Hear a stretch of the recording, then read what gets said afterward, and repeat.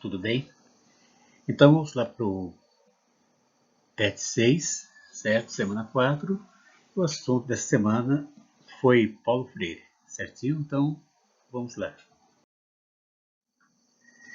Em primeiro lugar, essa questão de o que é o construtivismo. Então, o construtivismo ele é uma concepção de conhecimento, um conjunto de princípios, certo? Então, para Piaget, todo conhecimento ele consiste em formular novos problemas à medida que resolvemos os problemas, os precedentes, tá certo? Então, essa é a visão de Piaget. Então, o conhecimento ele é compreendido como uma atividade que se constrói incessantemente por meio de trocas entre o organismo e o meio. Agora, Freire, o que é que Freire vai falar? Ele concebe as pessoas como produtoras de cultura e sujeitos produtores do conhecimento. Então, assim, de acordo com o método de Freire, ele entende que os humanos vão se formando em suas relações sociais. Nunca são obras terminadas. Então, no dia a dia você vai estar se formando, nós estaremos nos formando a cada experiência, a cada novo vivências. Nossa, nós vamos nos construindo. Então, dentro essa é a visão de Freire, como nós vimos, Sartre também, Heidegger também tinha essa concepção da nossa construção, que ela é constante. O que somos hoje, o que nós pensamos hoje, talvez não seja o que nós venhamos a pensar amanhã. Entende? Então, o seu método, então, consequentemente, também não pode ser entendido como algo estático, fechado. É algo que precisa estar sempre atualizando, porque se estamos sempre nos construindo, não podemos, é claro, trabalhar dentro do método estático. Os princípios que fundamentam esse pensamento do Freire, um deles é o educando, ele já começa tendo conhecimento da língua. O método, então, propõe que se parta da pesquisa do universo vocabulário do educando. Então, o educando ele é sujeito de sua própria aprendizagem. É por meio de discussões e da problematização da realidade que o educando vai avançando na sua aprendizagem. E a aprendizagem ela ocorre em situações de conflito, segundo entre o conhecimento antigo e o conhecimento novo, quando o conhecimento já assimilado se mostra insuficiente para responder ao novo conflito. Entende? Então, a aprendizagem se dá principalmente ou basicamente, segundo Freire, no coletivo. Ele afirma o seguinte: ninguém educa ninguém. Ninguém se educa sozinho. Os homens se educam em comunhão. Então, a prática docente, por outro lado, quando ele começa a retratar o professor, o que ele fala? Não é algo assim espontaneísta. O educador é o organizador do processo pedagógico, certo? Então, mais do que um transmissor do conhecimento, o construtivismo ele atribui ao educador a tarefa de acompanhar o processo de conhecimento do aluno, os saberes docentes e a pedagogia da autonomia. Então, o educador ele deve repensar sua prática permanentemente, de modo a possibilitar a autonomia dos educandos e a construção de uma aprendizagem libertadora. Porque essa, inclusive, quando fala assim, em autonomia, aprendizagem educadora, esse tema foi trabalhado principalmente pela teoria crítica, pela escola de Frankfurt, principalmente com Adorno e Horkheim. Eles trabalharam, debruçaram sobre essa questão de uma forma bem profunda. Mas só que isso antes da BGT História. Né? Então, em seus ensaios, que é esclarecimento, o que acontece? Kant vinculara a modernidade a um período em que a humanidade poderia, por si própria e pelo seu uso autônomo da razão, sair do estado de, quê? De heteronomia, aquela mesma se condenaram. Então, mas o que heteronomia?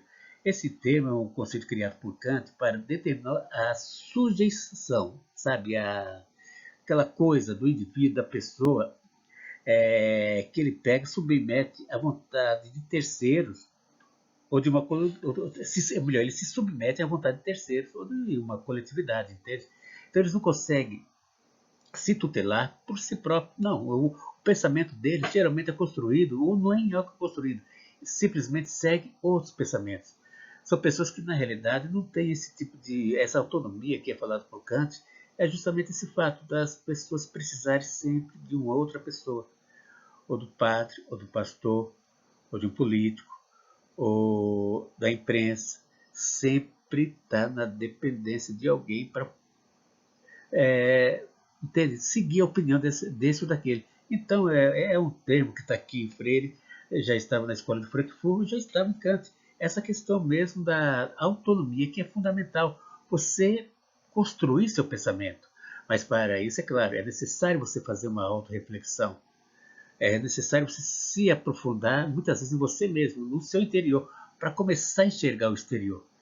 Então, é um pensamento muito bem trabalhado, inclusive por muitos filósofos, no caso mesmo, como estava comentando, em relação ao Adorno, ele costumava dar entrevista em uma rádio lá de Berlim, exatamente. Não tenho certeza se era Berlim, agora estou bem lembrado, mas tudo bem. Uma rádio lá na Alemanha. E o que ele falava nessas entrevistas, que era semanais, muitas vezes mensais, o que ele comentava? Ele comentava justamente em relação à educação. E a partir daí até ele escreveu um livro justamente para falar em educação após o Schmidt, né? E uma das questões que ele sempre perguntava era para que educação? Mas por que ele falava isso? Porque, segundo o Adorno, a explicação da tensão entre o que é e o que deveria ser, entre aparência e essência. Então, na realidade, quando ele comentava determinados assuntos nesse sentido, certas coisas que ocorriam, aí vinha a questão da emancipação, porque, segundo ele, é a emancipação que ela confere o objetivo, é o que dá sentido à educação, certo? É a emancipação, é a autonomia, você preparar, ser preparado, professor, educando, preparar, no caso aqui como está sendo comentado, o educando para ser livre, para ser autônomo, certo? Então essa é uma das questões principais de várias escolas educacionais, de vários métodos, inclusive é o que nós estamos vendo aqui, que vemos também no pensamento de Freire. E, sem sombra de dúvidas, né, se você pretende criar, se você na condição de educando, ou melhor, de educador, dentro do pensamento dessas correntes aí filosóficas, a questão da autonomia é fundamental. Mas, para isso, sem sombra de dúvidas, nós devemos ser autônomos. O educador deve ser autônomo. Porque se o educador não for autônomo, você não vai conseguir ensinar nunca autonomia. E essa autonomia é fundamental, seja repassada para o educando. Então é essa questão de Freire, né? Porque, segundo ele, o alfabetizando, antes de entrar no universo da leitura e da escrita, já tem uma leitura do mundo, já tem um conhecimento do mundo. Tem conhecimento, é claro, de tudo que está à sua volta. E essa leitura, ela precede da leitura da palavra. Com Freire, colocou o exemplo, inclusive, falou em uma determinada vez da sua infância. Então, o tempo que ele parava em frente a objetos e pensava, refletia, analisava, ou seja, é de deixar acontecer, sentir o mundo, perceber suas cores, seus encantos. Enquanto a leitura, para Freire, ela não pode ser considerada como a interpretação de um código de forma fria e calculista. É preciso haver envolvimento, é preciso obter acesso ao entendimento do mundo, imediato a partir da palavra. E como ele afirmou, e nessas condições a educação será emancipadora. Mas para haver a leitura da palavra, é preciso a leitura do mundo. Assim como para haver a leitura do mundo, deve haver a leitura da palavra. Uma das preocupações de Freire apresentada no texto se refere ao analfabetismo. No entanto, o que levava a essa situação era a escassez de matérias. as dificuldades de uma época em proporcionar condições para a aprendizagem.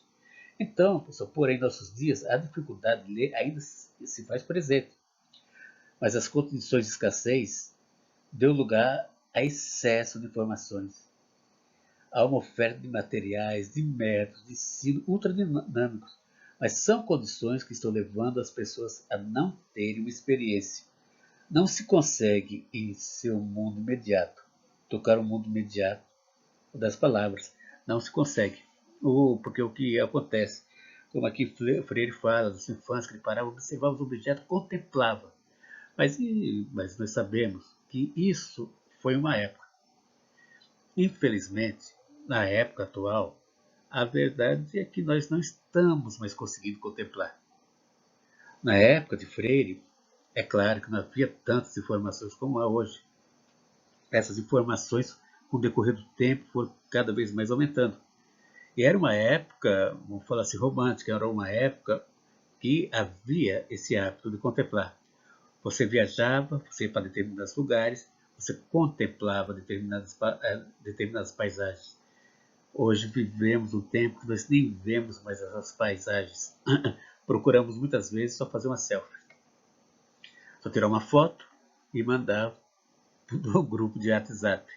E a contemplação, então, muitas questões, sem sombra de dúvida, vai ter que ser vista de uma outra forma, em termos educacionais, apesar de todas essas escolas, tanto a partir do pensamento de Kant, depois a escola de Frankfurt, agora a escola de método de Paulo Freire, mas é claro, alguma coisa tem que ser aprimorada, tem que ser, porque na realidade a educação é isso, sempre uma questão de aprimoramento.